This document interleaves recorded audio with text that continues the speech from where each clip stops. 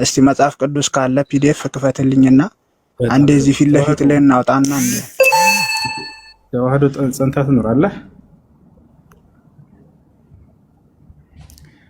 ተዋህዶ ወይም አንድ መጽሐፍ ቅዱስ ሊያሳየኝ የሚችል ሰው ይከፍትልሃል። እሱ ያግዛል፣ ችግር የለውም። ተዋህዶ ጸንታ ትኖር። ሌላ ስልክ ይዘሃል ወይም ይዘሻል?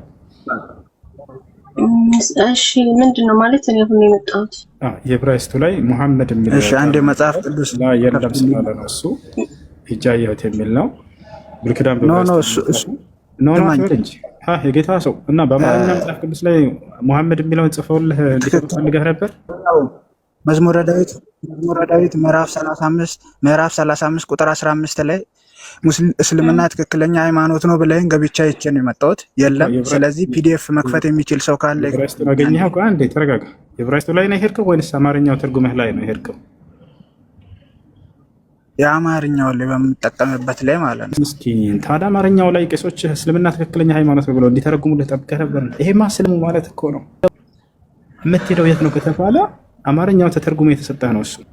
አንተ ኬታ ዕብራይስጡ ላይ ትሄዳለህ። ዕብራይስጡ አንተ ለምን ሌላ ትላለህ? እኛ በምንጠቀምበት ገብተህ ሂደህ ታየዋለህ አይደል? እኛ አይደለም እሱን የዕብራይስጡ ላይ ትሄድና ያንን ታየዋለህ። እሺ ምን ነበረ ጥያቄው?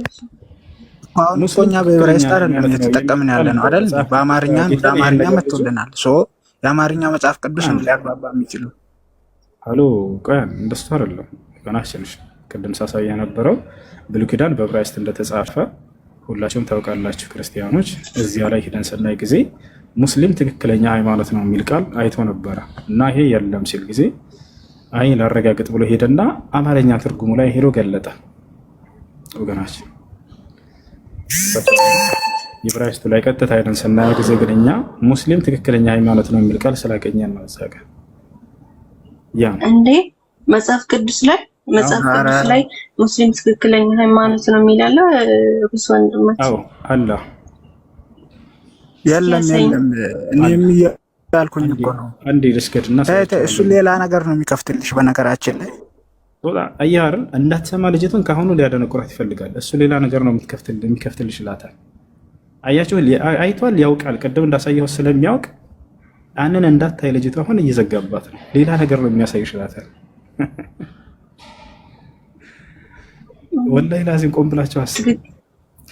ብሉይ ኪዳን የተጻፈው በዕብራይስጥ ነው። አዲስ ኪዳን በግሪክ ተጽፏል አይደል? የመጀመሪያ ቋንቋው የመጽሐፍ ቅዱስ።